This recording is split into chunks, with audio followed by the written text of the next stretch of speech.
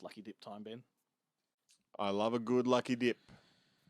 If I only want I want a poof once What? in a game of lucky dip at the was it the Solway Primary School Fate or the no, it's the other one. It was another primary school down the end of my. Proof to me. It was like a feet seat. Yeah. It was called a feet seat. Was it? Oh, and it was one of those because they were all the rage. Remember, there were two things all the rage in the 90s: feet seats and stable tables. Yeah.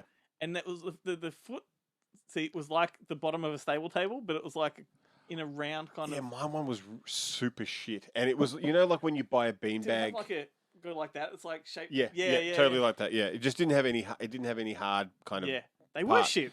And it's like, and I didn't know it at the time. I was super excited to get it, and then I found it was completely impractical and never used it. It's like a glorified pillow. Yeah. Yeah.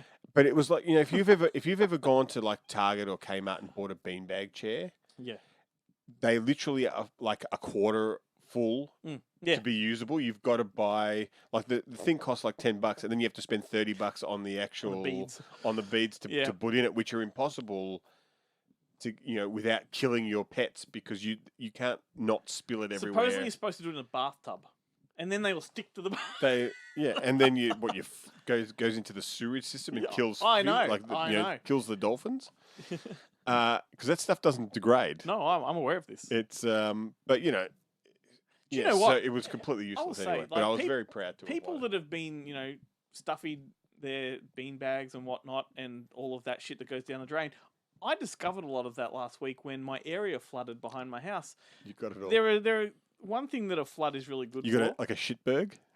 Well, no, we did. Thank God. A fatberg. One thing that a flood in a local area is good for, all the balls come back.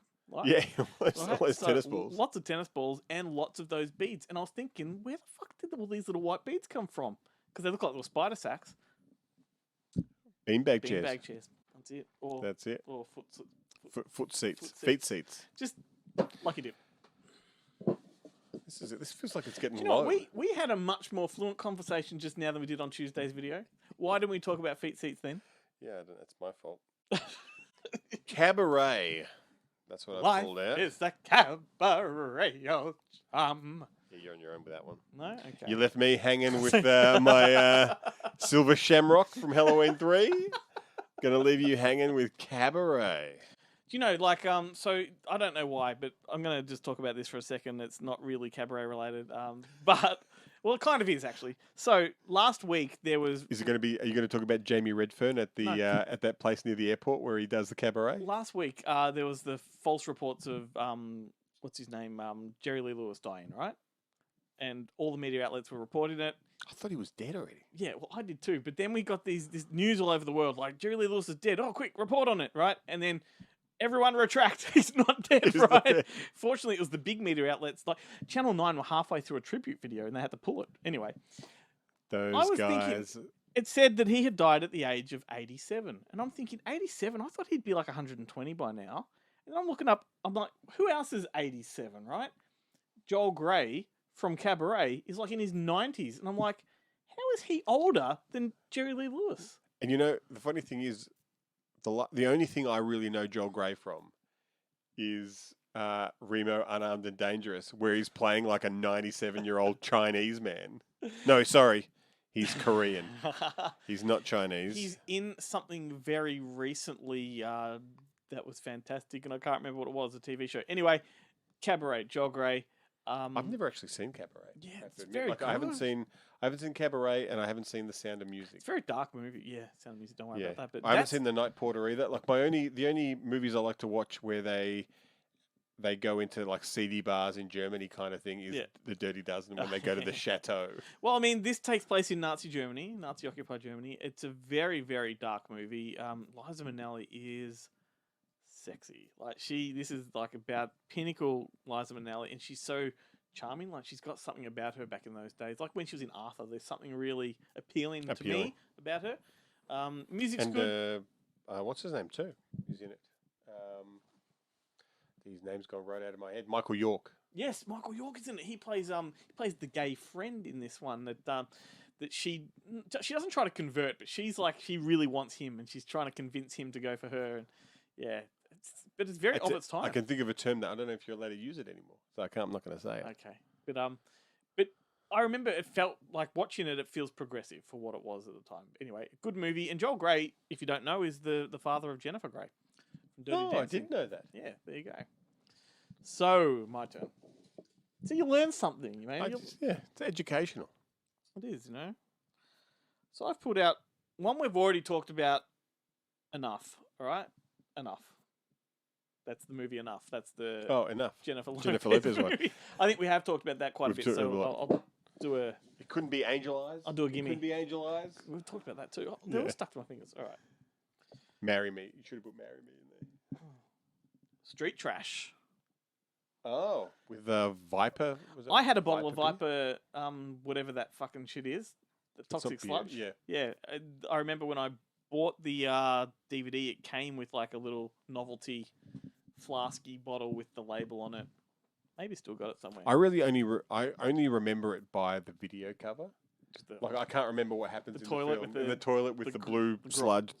He looks like Bilal from Basket Case. It does, totally. But like a blue sludge version. It's a splatter film. It's the trauma film that's not a trauma film, and it's essentially about this drink that turns everyone to sludge. They drink it and they sort of it's melt like the stuff inside. Yeah, kind of. Are you eating it or is it eating you? Yeah, everyone's addicted to this drink, and it's making people melt, and it's just a gore fest. But it's a colourful gore fest. So when they melt, it's not like they're melting in like blood. They turn into blue sludge and green sludge. And they look like the in the Stand TV series where everyone gets all the snot build up in their throat, and they all turn into. Yeah, and it was just. Was it classed as a video nasty? I'm not sure it was. I don't think so. But not a proper UK video nasty. Yeah, it's not like a movie that should be banned, but it is grotty. It's a very grotty, grimy film. Yeah. Yeah. Anyway. Like all of those kind of under the Microwave Massacre. But it just feels more fun than the regular video nasty. Yeah. It's more comical.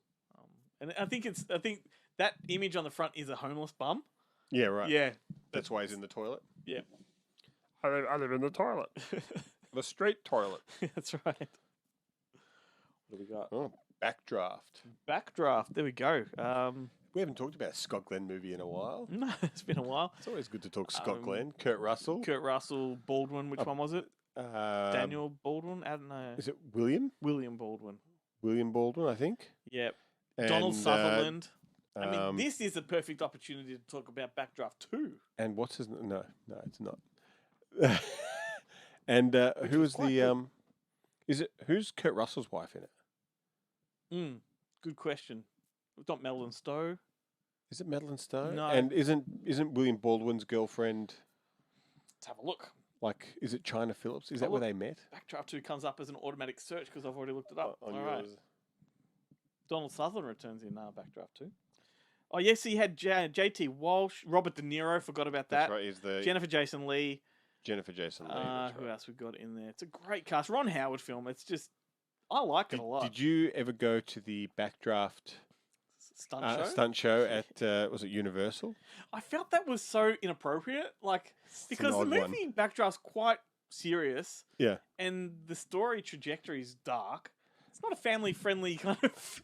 No, but neither is Jaws, really. It's true, but Jaws at least is a genre film that's fun. But the thing that's so weird is that it got so fucking hot in there from the naked flame. You're like, how has no one died? How has this got past the insurance people? I could tell you, my brother's a firefighter, and when we went to his graduation, they do the demonstration for you, and you're sitting in like a little grandstand, and they do all these massive. Here's what a oil fire feels like. Here's what a gas fire feels like.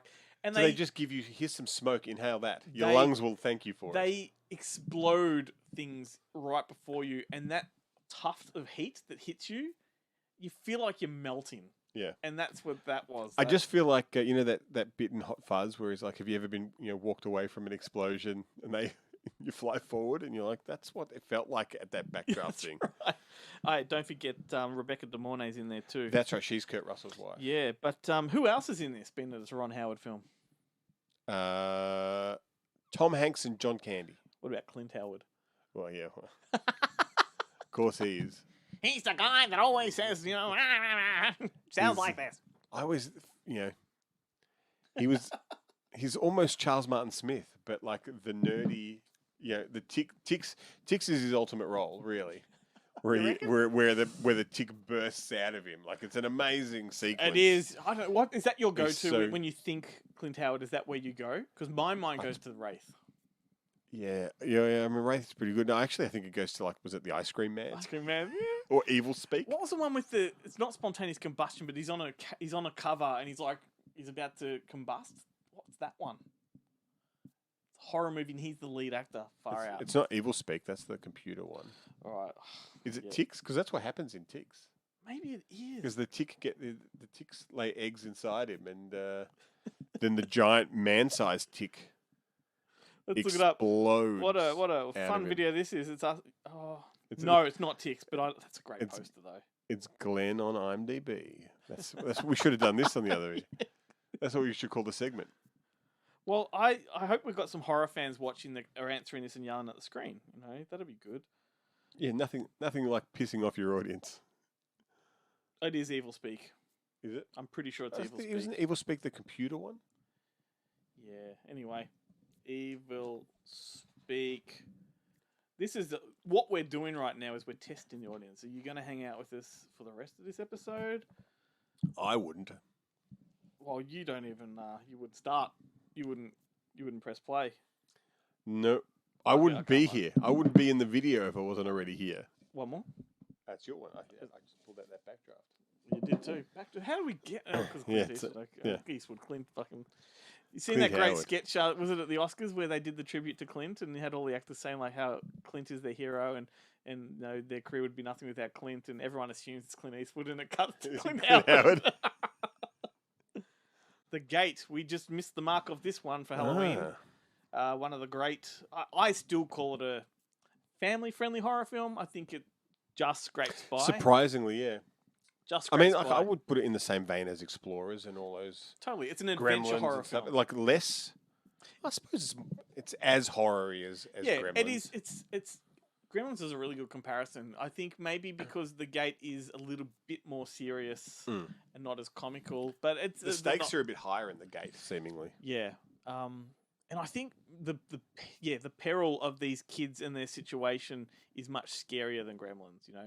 Gremlins you can fight them off with baseball bats and microwave ovens and things like that. But The Gate, it's the movie that we were most looking to emulate with gobbies.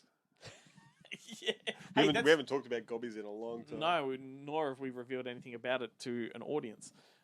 That is still a thing. Believe me, I revisited it like 2 nights ago, and oh wow, yeah, to be continued in a couple of years' time, I guess. gobbies. Well, the camera is still recording, so we can either wrap up after that one or do one more. I keep hoping there's Skittles in the bottom of that jar. I haven't bought those giant Skittles yet, but I will. Almost did.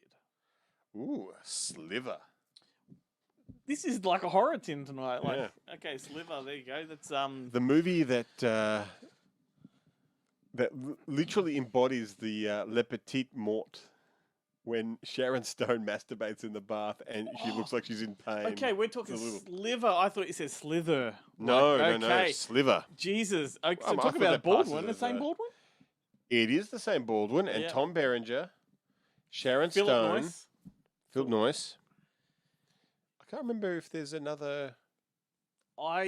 Who's the other woman in the hotel? It's not like Joanne Wiley. I cannot grasp this information that I need right now, but one of my favorite filmmaking books is Philip Noyce's biography or autobiography. Right. And he goes into some great stories about movies. Polly Walker, that's right. Polly Walker from Patriot Games. He tells great stories about Slither. And Colin Camp, your favourite.